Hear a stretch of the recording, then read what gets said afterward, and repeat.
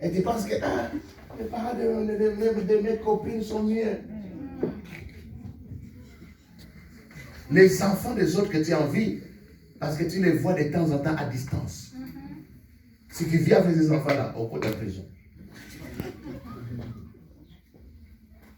Voilà pourquoi la Bible nous dit contentez-vous de ce que vous avez. C'est pas la cause à l'amour. Parce que ce que tu as envie dehors, tu ne pourras pas le gérer. Reste à Christ devant mon frère. On est frères, on est sœurs. Même si on se frotte de temps en temps, c'est une famille. Ça nous protège. Voilà. En 10 ans, tu perds tout ce que tu avais de plus cher. Tu croyais gagner en quittant Bethléem. Je vais quitter Bethléem, au moins à Moab, il y a du pain. Et tu sais que tu ne peux pas aller à Moab. C'est un peuple que Dieu avait déjà condamné. En y allant, Elimelech a exposé ses enfants à être des idolâtres. Et donc ses fils ont épousé des idolâtres. Et quand tu épouses une femme, montre-moi que tu m'aimes. Comme Samson, Delilah lui a dit, si vraiment, tout le temps tu me dis I love you. Montre-moi que tu me loves. Alors, dis-moi les secrets où réside ta force. Le premier jour, il a résisté. Alors, tu ne m'aimes pas. Dis-moi les secrets. Un jour, Samson a fini par livrer les secrets alors qu'il était interdit de livrer les secrets. Moi, si, ce rabbi à côté de prison au côté. Tu vas livrer, tu finiras par livrer. Les femmes là, vous les voyez ici, elles sont gentilles et tout. Mais leur mari, même si on est dans la lambine, on t'a moi jeune fille, elles sont menacées dans le nappe. Tu me dis qu'est-ce qui s'est passé ça? C'est pourquoi les mariages, c'est un mystère. Tu vois cet homme grand qui fait trembler tout le monde au travail, mais à la maison. Moi, c'est un mouké gaboué. Au boulot, tu es fermant les grands. À la maison, fermant les petits. Tu bim ça va poubelle. Tu boules des bébés. Oh, bim ça va poubelle. Et puis tu le sors. Ça, c'est le mystère du mariage. Son petit frère ne peut pas faire ça. Impossible. Amen. Ni même sa mère. Mais moi, si. Même madame Moukéboué. Parfois, je me dis, mais moi, Moukéboué. Bon, pas par rapport à l'âge. Tu regardes comment l'homme est costaud. Tu regardes la fille, tu dis, mais qu'est-ce qui se passe entre les deux? Mais cette fille-là est en train de dompter l'homme. Tu vois seulement quand la femme te pose la question, la façon dont tu commences à trembler pour répondre, ça prouve l'autorité même de la femme sur toi. Comment peut David Amino? Devant ton petit frère, tu ne peux pas faire ça. Amen. Ça, c'est le mystère. Le mariage, c'est un mystère, dit la Bible. Amen. Deux personnes, vous voyez, la quitter, vous commencez à vivre ensemble, vous oubliez même vos parents. Tellement que votre mari, votre femme, c'est votre sang, vous oubliez même. Pas dans le mauvais sens. C'est-à-dire, tu peux t'en passer 2 jours, 3 jours, 1 semaine, 2 mois. Tu n'as même pas parlé à tes parents, mais si ton conjoint devient une priorité. Ça, c'est le mystère. J'ai vu ça avec Rachel aussi. Elle est là.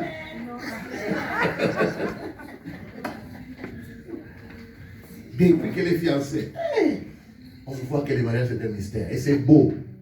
Amen. Dieu a prévu une personne pour chaque personne. Et quand tu rencontres cette personne, c'est comme si c'était ton ciel.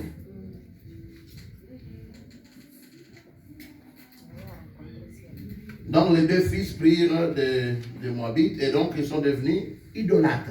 C'est à cause de ça que Dieu les a aussi punis. Ils sont morts. Ils sont devenus idolâtres.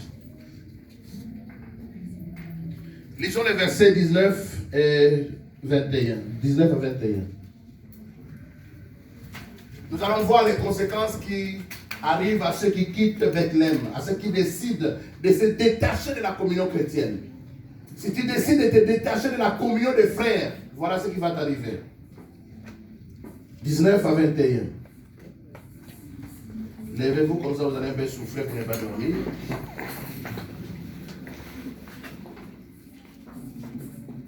Si tu quittes Jérusalem, pardon, Bethléem, si tu quittes l'église locale, parce qu'il n'y a pas de confort, les gens ne sont pas de ton niveau, voilà ce qui va t'arriver. Verset 19. Elles firent ensemble le voyage jusqu'à leur arrivée à Bethléem. Et lorsqu'elles ils entrèrent dans Bethléem, toute la ville fut émue à cause d'elle. Soit aucune église, frère, soeur.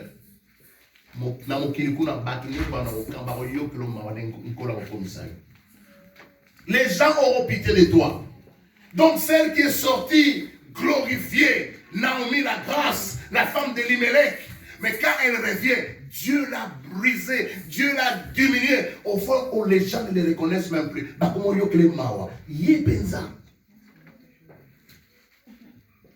Elle leur dit, ne m'appelez plus Naomi. Naomi qui signifie grâce, un bon nom, charis. Appelez-moi Mara, c'est-à-dire amère. Je ne suis plus la grâce que vous avez connue. Car le Tout-Puissant m'a rempli d'amertume. Mon thème est comme une bololo. Donc je pense, j'ai parlé avec une dame qui a perdu son fils de 33 ans. Ça fait plus de 10 ans. Elle parlait, elle pleurait, elle dit, je ne sais pas ce qui m'amuse dans les cas. Je dis, le Seigneur va t'aider. Mais ce fils est mort il y a presque 10 ans. Mais là, elle perd son mari et ses 2 fils. C'est pourquoi il dit, je ne suis plus Naomi, mais amère. C'est-à-dire, je n'ai même pas envie de vivre. J'aurais aimé mourir à leur place. Mais quand elle sortait, elle n'était pas comme ça. 10 ans avant. Et quand il dit, le Tout-Puissant m'a rempli d'amertume, frère, sœur, il ne faut pas accuser Dieu faussement. Quand vous avez péché, reconnaissez que vous qui avez péché. Amen. Adam dit, c'est la femme que tu m'as donnée. La femme dit, c'est le serpent. Et c'est la même chose ici. Maintenant, on impute tout ce qu'on vit à Dieu. Si tu n'étais pas sorti de Bethléem avec ton mari, tu serais toujours Naomi, pas amère. Mara. Verset 21. J'étais dans l'abondance à mon départ. Madame, si tu étais dans l'abondance, pourquoi tu es sortie? Vous comprenez? Maintenant, elle se rend compte qu'elle était dans l'abondance. Frère, soeur, tu peux manquer du pain. Mais le fait que tu as ton mari, tu as tes frères, tes soeurs, c'est une bénédiction. Amen. Mais on se rend compte seulement quand on a tout perdu. Demandez aux orphelins qui n'ont ni père, ni mère, ni frère, ni soeur. Demandez ce que ça signifie. Vous qui négligez vos frères et vos soeurs. Vous qui négligez vos parents ou vous qui négligez vos enfants. Demandez à ceux qui n'en ont pas ce que ça signifie. Amen. Et si vous n'apprenez pas aujourd'hui, Dieu fera ce qu'il a fait à Naomi. Vous vous rendrez compte de la valeur de ceux qui vous sont chers quand ils ne seront plus là. Amen. J'étais dans l'abondance à mon départ. C'est-à-dire 10 ans avant, j'avais les sourires. Je m'appelais Grâce. J'avais mon mari. J'avais mes 2 fils. Mais pourquoi vous n'êtes pas contenté de cette abondance et rester à Bethléem? Parce que l'homme veut toujours plus. La Bible nous dit, mieux vaut un morceau de pain sec qu'une maison pleine de viande avec des querelles. Voilà. On court vers la maison qui est pleine de viande, mais 10 ans après, on n'est plus dans l'abondance. Alors il dit, l'Éternel me ramène les mains vides. C'est l'Éternel qui te ramène les mains vides? Non. C'est toi-même qui as fait que tu sois maintenant les mains vides. Mawanabasi. Parce que sur cette décision, peut-être que la femme n'était même pas d'accord. Mais comme la femme aide l'homme, est censée suivre l'homme, il y a beaucoup de décisions que les hommes prennent, les femmes n'ont rien à voir là-dedans, mais elles payent seulement que les conséquences. Maintenant, comme Dieu est gentil, il dit, bon, vous mourrez, mais elle va rester. Et elle est restée. Mais elle revient maintenant main vide. Mais dans sa grâce, quand vous lirez la suite, vous verrez cette femme à main vide, ce que Dieu a fait d'elle. Elle est devenue ancêtre de Jésus. Pardon, Ruth. C'est Ruth qui est devenue ancêtre de Jésus.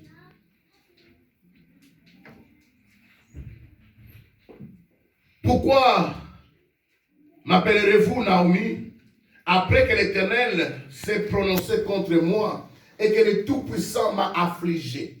Donc, bon, d'un côté, c'est vrai. Parce que c'est lui le maître de la vie. Il a ôté la vie à son mari et à ses 2 fils. Voilà ce qui arrive à ceux qui ne savent pas patienter, supporter. À moins de crise, vous voulez quitter Bethléem. À moins de crise, vous voulez partir. Vous voulez changer. Or, si ces couples avaient supporté la crise, au bout d'un certain temps, Dieu avait visité son peuple. Au verset 22, il est dit, ainsi revint du pays de Moab, Naomi et sa belle fille. Quand vous quittez Bethléem, vous reviendrez comme ça, main vide. Encore, il faut que vous ayez le courage de Naomi. Quand vous apprenez que de l'autre côté, Dieu a béni, ayez le courage, ayez l'humilité de revenir. Mais si vous n'avez pas ce courage, vous n'avez pas cette humilité, vous mourrez comme les autres, à Moab. Nous pouvons reprendre nos places. Merci.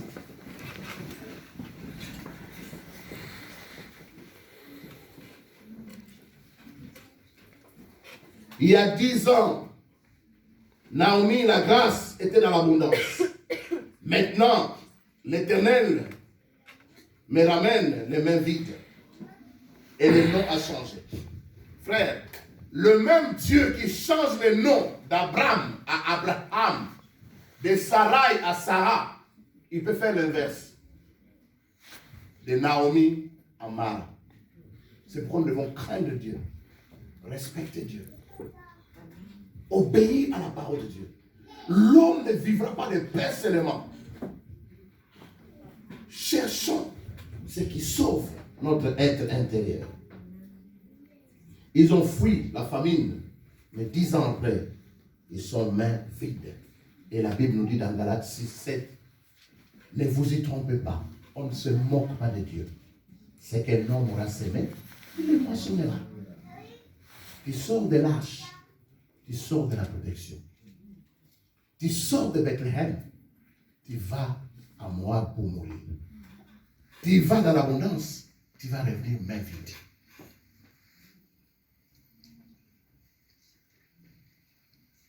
C'est donc à des risques et périls. Prendre de bonnes décisions, surtout pour nous hommes, pour ne pas faire payer aux autres les conséquences sur des décisions qu'ils ou qu'elles n'avaient pas approuvées. Amen. Amen. Amen. Prenons des décisions responsables. Parce que si nous prenons de mauvaises décisions, de toutes les façons, l'âme qui pêche, c'est l'âme qui mourra. Naomi n'est pas morte. Parce que Dieu sûrement avait vu que ce n'est pas elle qui était responsable de cette décision.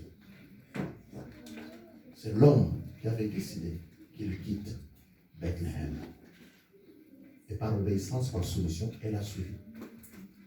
C'est pourquoi elle reconnaît qu'au départ, elle était dans l'abondance.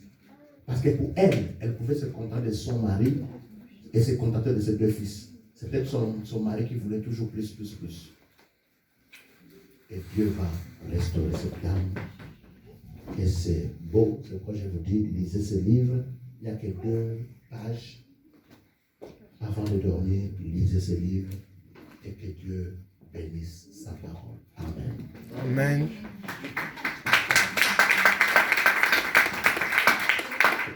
Nous allons nous lever pour prier.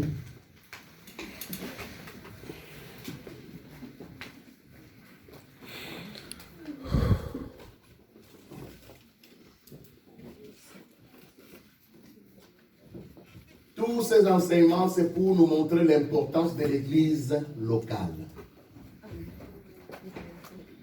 Pendant tous ces mois, nous avons appris de la Bible, la parole de Dieu, l'importance de l'Église. Mais aussi dans la vie de tous les jours, Dieu nous enseigne aussi avec ce qui arrive autour de nous. Que Dieu aide chacun de nous à se sentir en sécurité à Bethléem. Même si tu n'as pas tous les conforts, même si tu te frottes avec les animaux, même s'il y a des odeurs qui te mettent mal à l'aise, reste dans cette arche. Car ici, Dieu te protège. Amen. Amen. Chacun va prier selon qu'il a reçu cette parole. Ouvrons nos bouches et parlons à Dieu. Ne soyez pas timides. Dieu a parlé pendant 1 heure. Répondez-lui par la prière. Nous venons ici dialoguer avec Dieu. Nous lui parlons par la prière et il nous parle par sa parole. Il a parlé pendant 1 heure. Prenez le temps. Là où il faut confesser. Là il faut demander pardon. Faites-le. Là où il faut décider de changer. Décider dans la présence de Dieu. Sa grâce va vous aider. Sa grâce va vous aider à vivre ce que vous décidez. Si vous, dans votre cœur, vous commencez même à lutter, vous êtes en train de planifier même partir de cette arche, que Dieu vous aide à ne pas le faire. Elimelech et Naomi sont des exemples à ne pas suivre. Car dans les 10 ans qui ont suivi, l'abondance est devenue malheur. Seigneur, nous te bénissons et nous te rendons grâce pour la puissance qui accompagne ta parole. Car ta parole est esprit et vie. Seigneur, ce matin, je prie pour une faveur. Fais-nous la grâce, Seigneur. Fais que nos cœurs soient comme ce 4e terrain qui reçoit la semence, qui reçoit la graine de la parole de Dieu. Et que cette parole, Seigneur, trouve une bonne terre. Seigneur, éloigne les épines, ôte les épines de nos cœurs, ôte les pierres, Seigneur. Oh mon Dieu, ne permets pas que cette parole tombe sur le chemin. Seigneur, ne permets pas que les diables viennent ôter cette parole de nos cœurs pour que nous ne soyons pas sauvés. Protège, Seigneur, couvre cette semence par le sang de ton Fils. Que la puissance du Saint-Esprit couvre cette semence afin que l'ennemi n'ait pas à toucher cette semence et que cette semence apporte la vie à nos cœurs, à nos vies. Seigneur, nous prenons la décision de rester à Bethléem. Même si nous n'avons pas du pain, Seigneur, au contraire, quand nous passons par des crises, que cela puisse nous interpeller à chercher ta face, Seigneur. Car ça n'a rien à voir avec les sorciers, rien à voir avec les démons. C'est toi qui fermes la pluie et c'est toi qui peux ouvrir, Seigneur. Le diable n'a pas la puissance, Seigneur, d'envoyer la pluie. C'est toi, Seigneur. Donne-nous le discernement. Fais un déclic, Seigneur. Fais tomber les écailles de nos yeux. Ôte les voiles qui nous empêchent de voir ta gloire, Seigneur. Nous voulons être de ceux-là qui restent à Bethléem. Nous voulons rester ancrés dans ton église. Et c'est là d'autant plus, Seigneur, que nous voyons ton jour approcher. Nous ne voulons pas être des frères et des sœurs qui abandonnent l'église et qui se perdent, Seigneur. Protège nos vies, Seigneur. Protège nos cœurs. Bénis nos familles, Seigneur. Continue à nous faire du bien. Nous voulons être des Naomi tous les jours de notre vie. Nous voulons que nous soyons des grâces, des hommes et des femmes bénis par toi, des hommes et des femmes qui vivent dans l'abondance. Et surtout, Seigneur, apprends-nous à nous contenter, Seigneur, des frères, des sœurs que tu nous as donnés, des parents que tu nous as donnés, des enfants que tu nous as donnés. Car ceux qui n'en ont pas pleurent chaque jour, comme Naomi a pleuré quand elle n'avait plus son mari et ses 2 fils. Montre à chacun de nous l'importance, la valeur des hommes et des femmes que tu as placés à ses côtés. Béni sois-tu, Seigneur. Béni sois-tu, Seigneur, aujourd'hui à jamais. Au nom de Jésus. Au nom de Jésus. Amen. Amen. Dieu vous bénisse. Amen.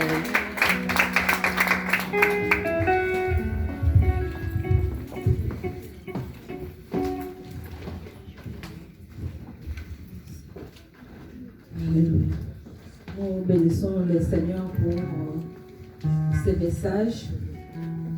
Il nous a interpellés, nous a parlé, que nous mettons en pratique sa parole. Sa parole est là pour nous corriger. Là où nous avons failli, que nous puissions nous remettre en question de sorte que nous puissions faire ce que Dieu veut que nous puissions faire. Amen. Amen. La parole de Dieu est là pour donner la vie là où il y avait la mort. Voilà, nous allons passer.